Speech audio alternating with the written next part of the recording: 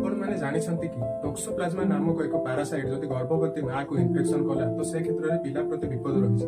नमस्कार मु चंद्र आज आम गोटे इंपोर्टाट टॉपिक पर आलोचना करबा। टॉक्सोप्लाज्मा गोंडी नामक एक पैरासाइट जदि गर्भवती माँ को इन्फेक्शन कला तो से क्षेत्र में पिला प्रति विपद रही। से क्षेत्र में कौन हुए ना पिला अंध हो पारे आ द्वितीय पिलार ब्रेन ठीक रे डेभलप न हो पारे आ अति सिवियर केस रे से पिला जो रही गर्भरे ता आबर्षण मते होई पारे।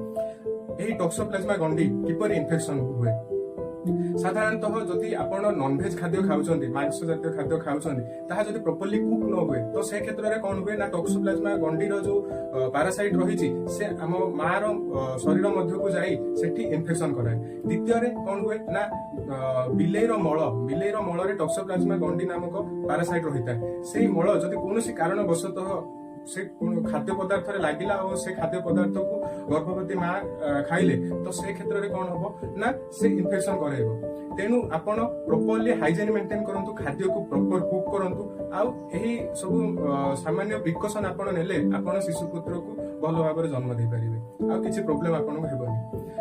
आशा करूँ आपको ये वीडियो भल लगी जब वीडियो भल लगी तो चैनल को सब्सक्राइब करूँ अकाउंट को फॉलो करूँ और ये वीडियो को अधिक शेयर करूँ जहाँद्वारा जो गर्भवती माँ शिशुपुत्र को जन्म देवे से भलरे शिशुपुत्र को जन्म दिखाँ। धन्यवाद।